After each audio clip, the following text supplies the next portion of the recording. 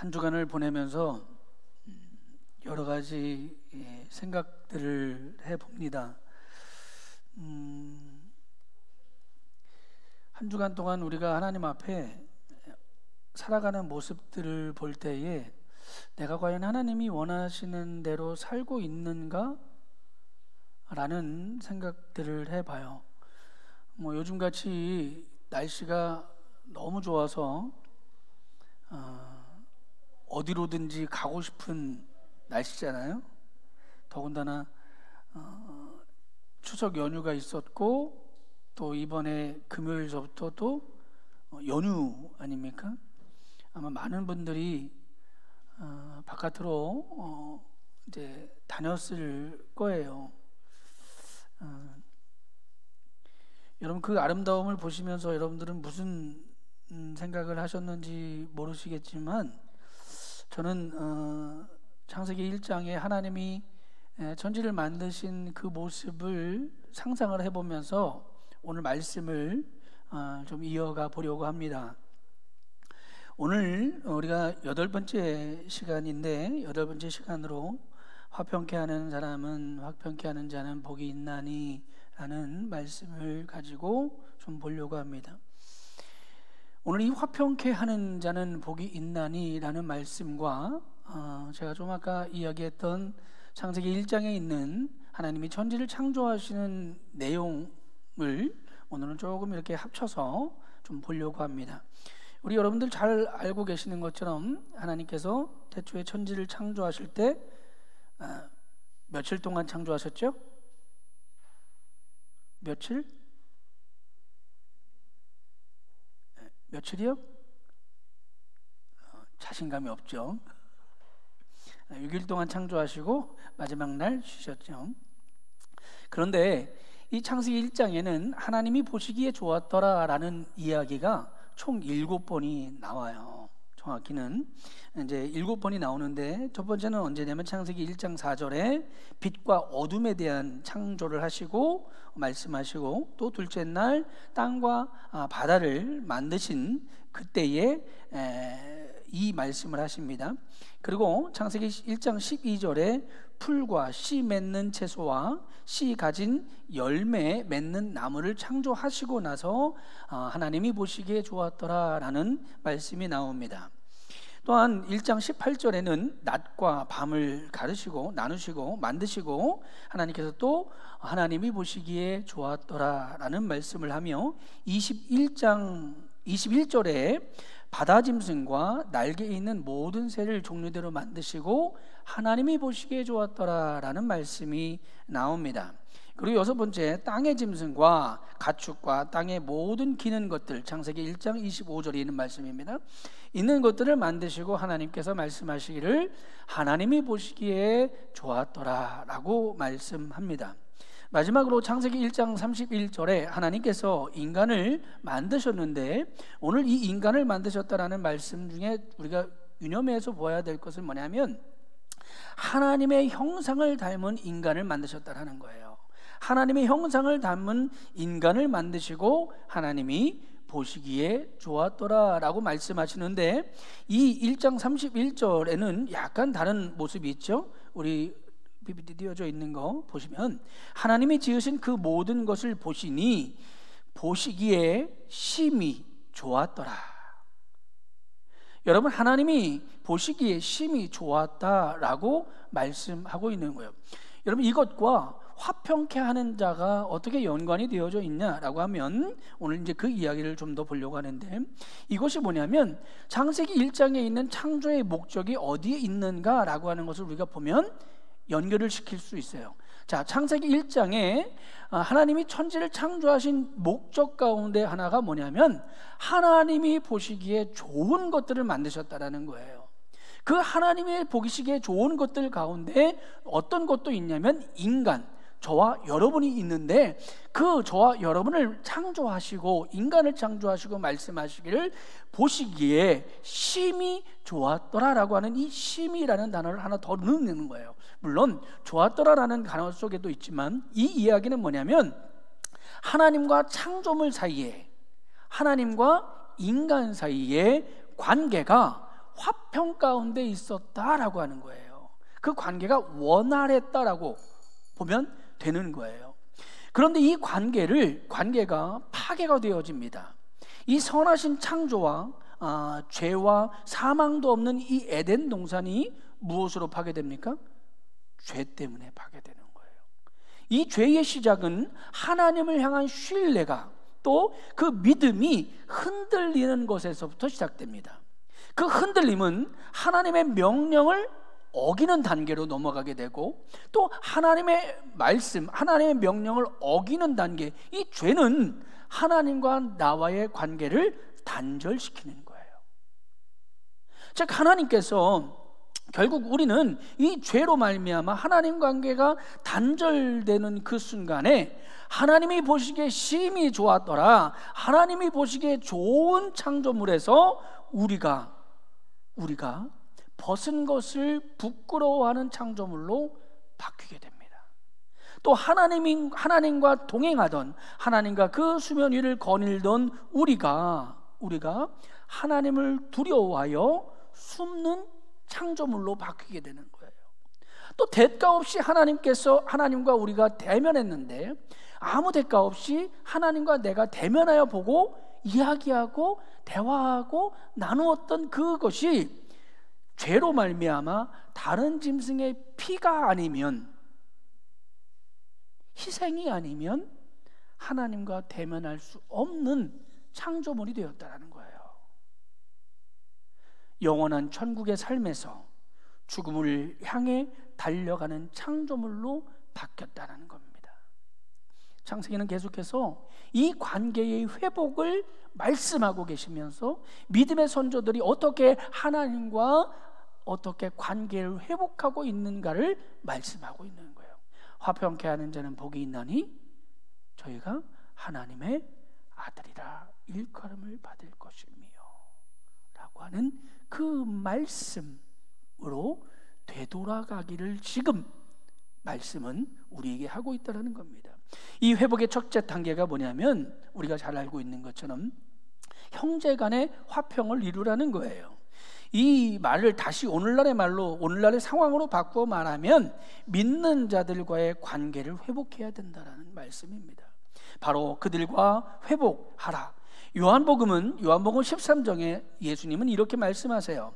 내가 새 계명을 너희에게 주노니 이는 너희가 서로 사랑하라는 것이라. 내가 너희를 사랑한 것 같이 너희도 서로 사랑하라. 요한복음 13장 35절에 있는 말씀이에요. 여러분, 이 말씀에 듣는 대상이 누굽니까?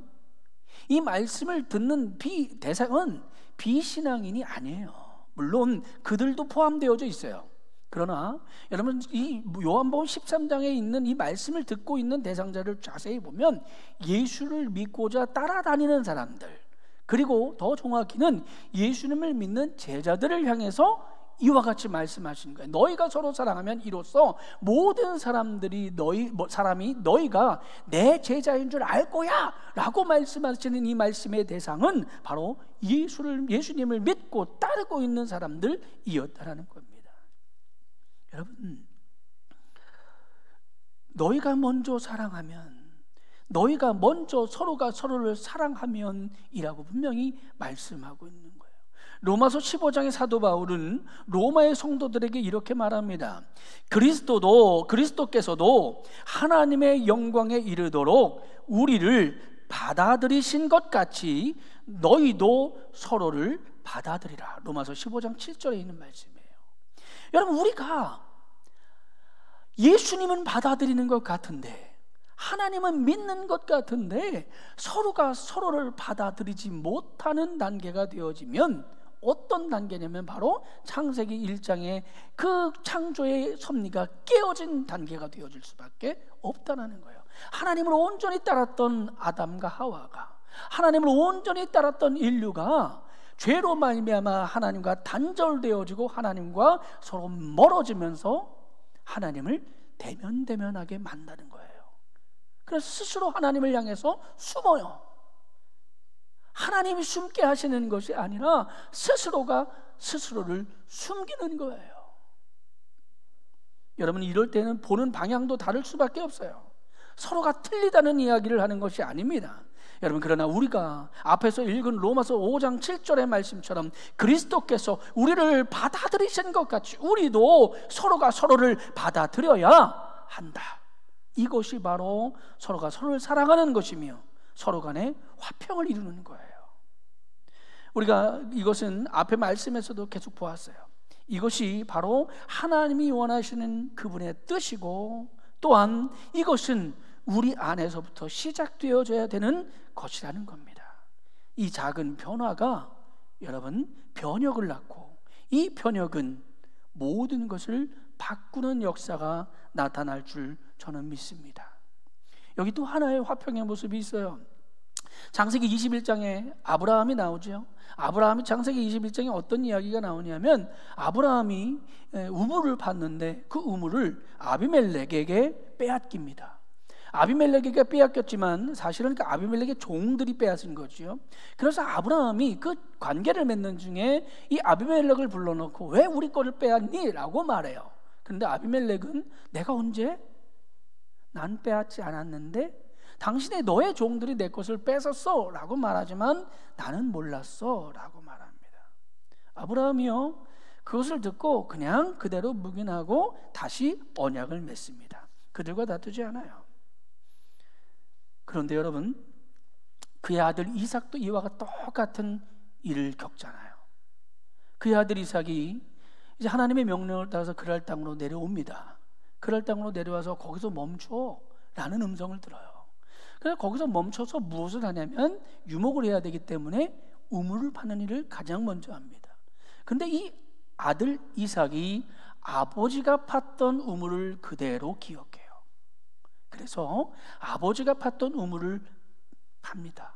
근데 놀랍게도 그 우물을 팔 때마다 우물이 터지는 거예요. 여러분, 우리는 너무 좋은 나라에 사니까 이 우물이 나온다라고 하는 것이 그렇게 놀랍지가 않을 수도 있어요.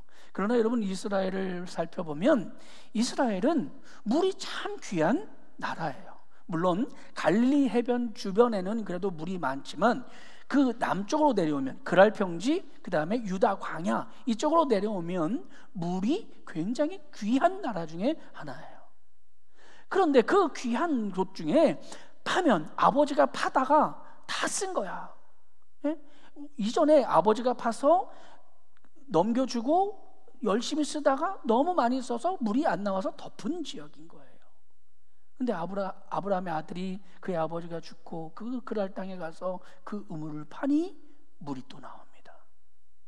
그런데 똑같은 일이 나타나요.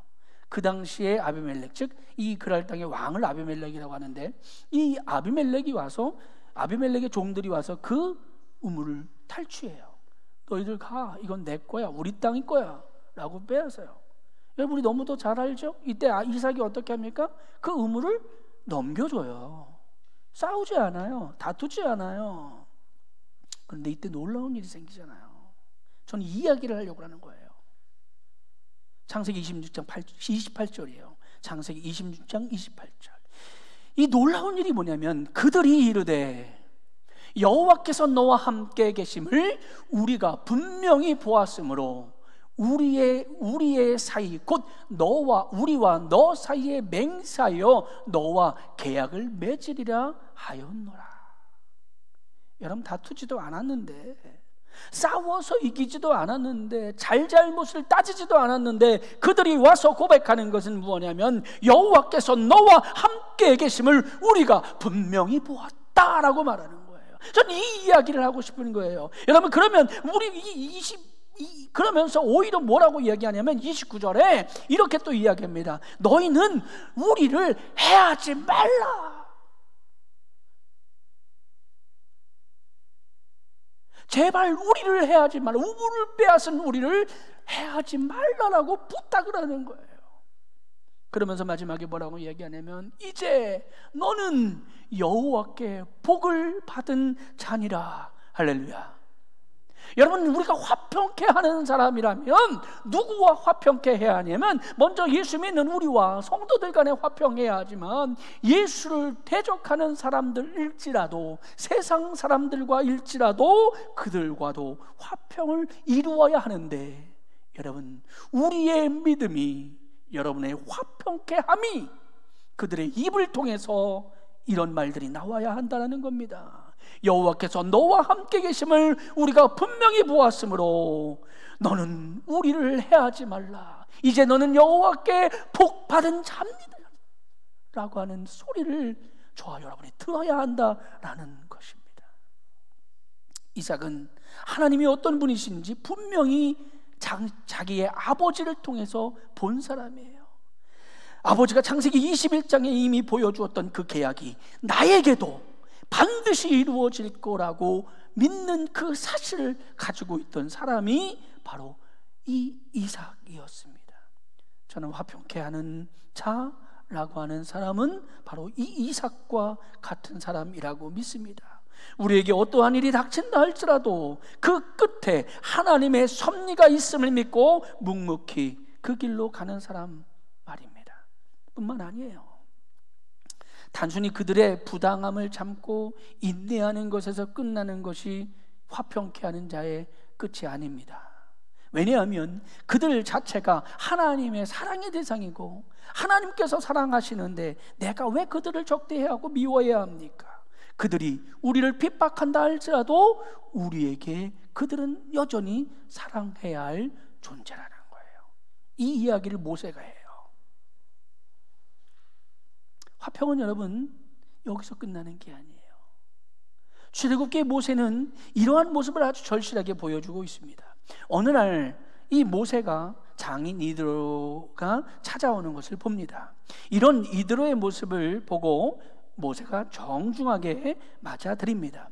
여러분, 여기까지는 여기까지의 말씀은 뭐 특별한 게 없어 보여요. 왜? 이드로는 모세의 장인이니까, 손 위 사람이니까 찾아오면 정중하게 맞아들이는 것이 당연한 것이고 자기의 장막으로 드리는 것도 당연한 거예요. 그리고 이 모세가 이 이드로에게 이렇게 말합니다. 출애굽기 18장 8절입니다. 모세가 여호와께서 이스라엘을 위하여 바로와 애굽 사람에게 행하신 모든 일과 길에서 그들에게 당한 모든 고난과 여호와께서 그들을 구원하신 일을 다 장인에게 말하매 라고 말해요. 여러분, 오늘 이 제가 읽은 18장 8절 말씀을 잘 묵상해 보세요. 모세가 여호와께서 이스라엘을 위하여 바로와 애굽 사람들에게 행하신 모든 일들과 길에서 그들이 당한 고난과 여호와께서 그들을 구원하신 일을 다 장인에게 이야기했다. 장인이 몰랐어요? 장인이 모르는 이야기를 지금 모세가 장인에게 새로 알려주는 겁니까? 아니에요. 이드로는 그 누구보다도 모세가 어떤 사람인지, 모세를 통하여 하나님이 이스라엘에 어떤 일을 행했는지 잘 알고 있는 사람 중에 하나였을 거예요. 왜? 장인이니까. 그런데 모세가 그 장인을 붙잡고 그렇게 말하는 거예요. 이 모든 역사를 들은 이드로가 고백을 합니다. 뭐라고 말하냐면, 이드로가 여호와께서 이스라엘에게 큰 은혜를 베푸사 애굽 사람들의 손에서 구원하심을 기뻐하여 이드로가 이르되 여호와를 찬송하리로다. 너희를 애굽 사람의 손에서와 바로의 손에서 건져내시고 백성을 애굽 사람의 손 아래에서 건지셨도다. 이제 내가 알았도다. 여호와는 모든 신보다 크심으로 이스라엘에게 교만하게 행하는 그들을 이기셨다 하고, 출애굽기 18장 9절에서 11절까지의 말씀이에요. 누구의 고백입니까? 이드로의 고백이에요. 누구의 고백과 아주 유사하죠? 그랄의 종들, 그랄의 왕 아비멜렉의 고백과 너무 유사해요. 여기까지 너무 유사하죠. 이제 내가 알았도다. 여호와는 모든 신보다 크심으로 이스라엘에게 교만에 행하는 그들을 다 이기셨도다.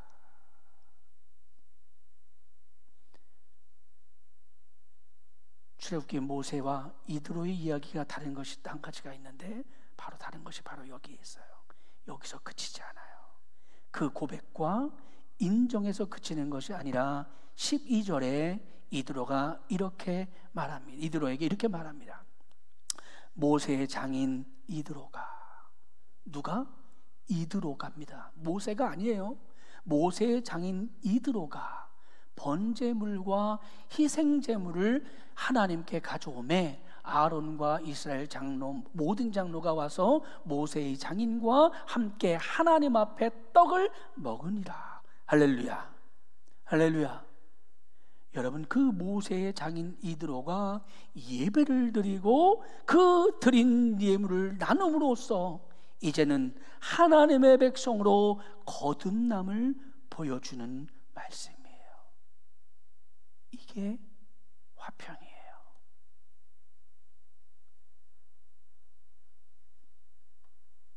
여러분, 우리는 화평케 하는 자는 복이 있나니라는 이 말씀에 내가 다른 사람을 인내하고 내가 다른 사람에게 착하게 대해주고 다른 사람이 화나지 않게 하는 것이 화평이라고 단정 지어서는 안 돼요. 여러분이 하는 이 화평은, 여러분이 보여주는 이 평화는 보는 이로 말미암아 그가 예수를 믿는 사람이든 예수를 믿지 아니하는 사람이든, 아니면 오늘 이 이드로와처럼 이방신의 제사장이든 모세의 화평함을 보고 그는 하나님의 사람이 되어지는 줄 믿으시길 바랍니다. 세상은 지금 코로나로 인해서 교회의 부패, 부조리에 대해서 이야기해요. 그러면서 하는 말이 복음의 선교는 끝났다라고 말합니다. 복음의 절망을 이야기합니다. 선교의 절망, 전도의 절망을 말합니다. 그런데 이런 이야기들은 예수 믿지 아니하는 사람들의 입에서도 나오는 말이지만 예수를 믿고 리더라고 이야기하고 또한 각종 신학교에서 성경을 가르치는 분들 입에서 이런 이야기들이 나와요. 여러분, 이게 누구의 생각입니까? 사람의 생각이에요. 사탄은 우리가 그들과 어떻게 연합해야 하는가를 고민하는 것이 아니라 이제는 끝났다라고 체념시키려고 하는 거예요. 그러나 보시기 바랍니다. 좀 아까 말씀드렸던 거죠. 이드로가 누굽니까? 이드로는 이방신을 섬기던 제사장이에요. 창세기 3장 1절에 미디안 제사장 이드로라고 말씀하잖아요. 그런 그가 변화됩니다. 저는 분명히 믿습니다. 아직도 세상에는 주님의 말씀을 고대하는 사람들이 여전히 있다고 말입니다. 교회가 변절된 것이지 하나님이 변절된 것이 아니라는 겁니다. 그러므로 사랑하는 성도 여러분, 세상의 모든 사람들이 우리를 적대할지라도 그들은 여전히 하나님께서 당신의 품으로 들여오기를 바라는 하나님의 백성임을 분명히 믿으시길 바랍니다. 그들을 위해서 기도하기를 멈추지 마시기 바랍니다. 그들과 싸우려고 하지 마시고 그들과 다투려고 하지 마시고 그들과 화평을 이루기를 축원합니다. 여러분, 사도 바울은 우리가 돌아가야 할 방향에 대해서 마지막으로 이렇게 정리합니다. 우리가 과거의 피조물에서 새로운 피조물로 바뀌어야 된다. 고린도후서 5장 17절이에요. 그런즉 누구든지 그리스도 안에 있으면 새로운 피조물이라. 이전 것은 지나갔으니 보라, 새 것이 되었도다. 여러분, 왜 그렇습니까? 사도 바울은 18절에 그 해답을 제시해요. 5장 18절입니다. 모든 것이 하나님으로부터 났으며 그가 그리스도로 말미암아 우리를 자기와 화목하게 하시고 또 우리에게 화목하게 하는 직분을 주셨으니. 사도 바울은 말합니다. 우리가 하나님으로부터 났다. 다시 창세기로 돌아볼까요? 창세기의 피조물로 돌아가야 한다는 겁니다. 하나님이 보시기에 심히 좋았던 그 시기로 말입니다. 그 돌아가는 터닝 포인트를 사도 바울은 19절에 이렇게 말해요. 곧 하나님께서 그리스도 안에 계시사 세상을 자기와 화목하게 하시며 그들의 죄를 그들에게 돌리지 아니하시고 화목하게 하시는 말씀을 우리에게 부탁하셨느니라. 19절에 있는 말씀이에요. 로마서 5장 19절입니다. 하나님은 저와 여러분이 화평케 하는 자가 되어주기를 원하시는 줄 저는 믿습니다. 여러분, 화평케 하는 자는 단순히 평화를 사랑하는 사람이 아니에요. 단순히 평화를 즐기는 사람들도 아니라고 말합니다. 화평케 하는 자라는 뜻은 화평을 위하여 적극적으로 행동하며 애쓰는 사람이다. 화평케 하는 자는 이라는 원문을 정확히 그냥 직역하면 이런 단어가 나와요. 화평을 위하여 적극적으로, 화평케 하기 위하여 적극적으로 행동하며 애쓰는 자는 복이 있나니. 원수된 사람들, 원수된 가정들 혹은 집단들 그리고 민족들을 화해시키는 어려운 일에 자신을 바쳐 헌신하는 사람들이 바로 화평케 하는 자들이라고 성경은 말합니다. 그런 자들에게 비로소 하나님의 아들이라고 허락을 받는 겁니다. 참된 아담과 하와로의 회귀, 그 회복. 화평케 하는 자는 복이 있나니 저희가 하나님의 아들이라. 자녀라.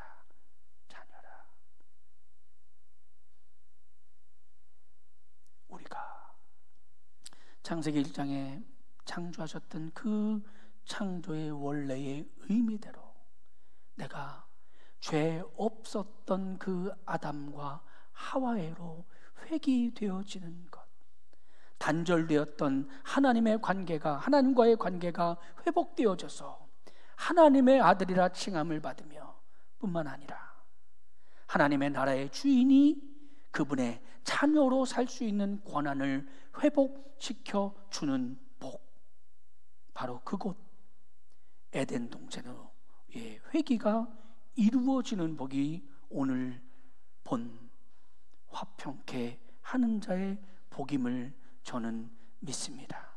오늘 저와 여러분이 그 복을 회복하시고 세상 사람들에게 회복시켜 주는 성도님들이 되어주시길 간절히 바랍니다.